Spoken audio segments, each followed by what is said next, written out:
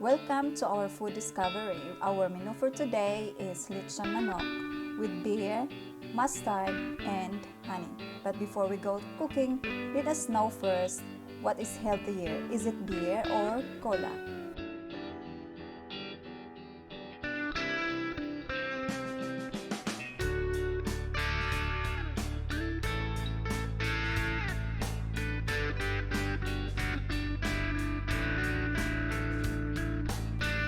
We know already the answers, so we can start cooking now. First, we need 1 whole chicken, salt, pepper, oil, garlic, mustard, and lemon, and of course, honey and beer.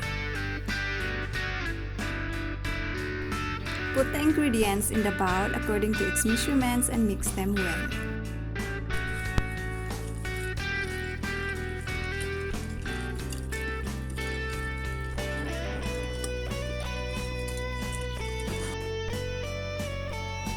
After mixing, i-brush natin yung mixed ingredients natin sa manok, sa loob at saka labas. Ang purpose niyan, para ma-absorb ng manok ang lasa ng ating mixed ingredients pati doon sa loob, sa laman niya. At ngayon, lagyan natin siya ng garapon o di kaya yung bote. Kasi yung bote, lagyan natin yan ng beer mamaya. Continue brushing lang at i-marinate natin siya ng 30 minutes before ilagay natin sa oven. Before natin siya lechonin.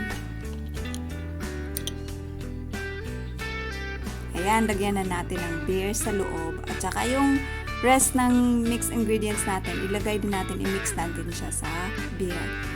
Kasi habang kumukulo yung fluid natin doon sa garapon, na-absorb ng manok yung lasa ng ating mixed ingredients at saka yung beer. Ito na yung manok natin. Yan yung position niya, nakatayo. Kasi doon sa garapon na nilagay natin. Yan, parang lilipad siya. Naka-spread out at naka-breast out yung manok. Ready for baking na siya. Ready for oven na siya.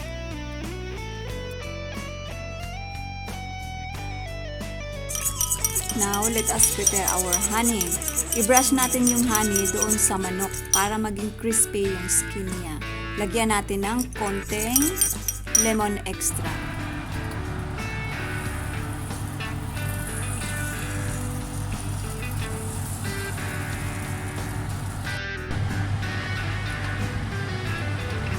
Habang si manok ay nasa loob ng sauna, now we will prepare our yummy-licious sauce.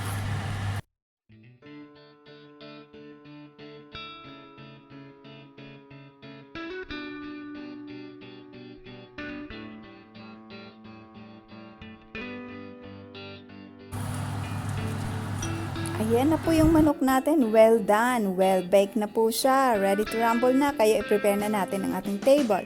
Mag-prepare tayo ng napakalamig na beer. At saka, ano pa nga ba ang pinakamasarap na partner ng lechon manok? Hinagis na natin ang papaya salad. Homemade papaya salad po yan. At ito na yung ating pinakamasarap na sauce.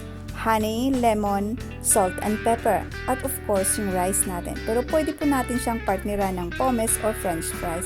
O di kaya, wedges.